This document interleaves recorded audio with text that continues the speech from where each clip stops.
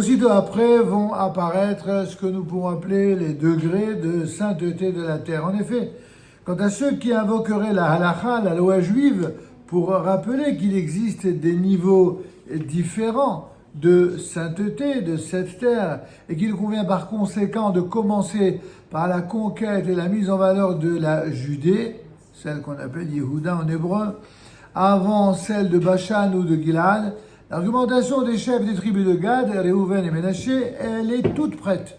Dans le cas présent, comment commencer par conquérir l'ouest d'Israël alors que la partie orientale est déjà entre nos mains? D'autre part, en tant que propriétaire des plus grands troupeaux de bétail parmi toutes les tribus d'Israël, nos besoins économiques les plus pressants priment sur ce que d'aucuns appelleraient la solidarité nationale, même en temps de guerre. Il nous pousse à trancher sans hésitation pour notre installation immédiate sur ces terres de Bashan et de Gilad.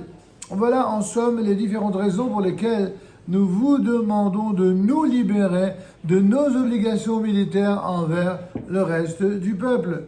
Notre ghetto, en termes d'aujourd'hui pourrions-nous préciser, nous suffira pour le reste de votre conquête. Nous ne doutons pas que Dieu sera à vos côtés. Eh bien, Moïse répondit aux enfants de Gad et à ceux de Réhouven, mais quoi? Vos frères iraient au combat et vous demeureriez ici?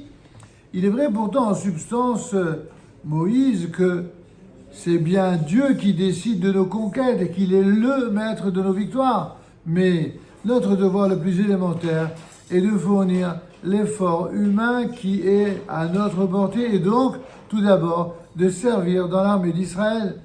Les très puissants rois Og et Sihon ont bel et bien été anéantis par l'intervention divine. Mais celle-ci, elle n'est possible, cette intervention divine, que grâce à l'engagement de tous nos frères qui ont lutté les armes à la main.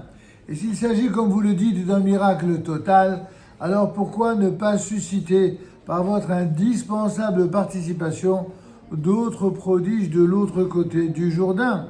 Vos pères n'ont-ils pas déjà argumenté de la sorte, voilà 40 ans, en hésitant à s'engager sur la voie directe qui leur eût permis de prendre immédiatement possession d'Israël?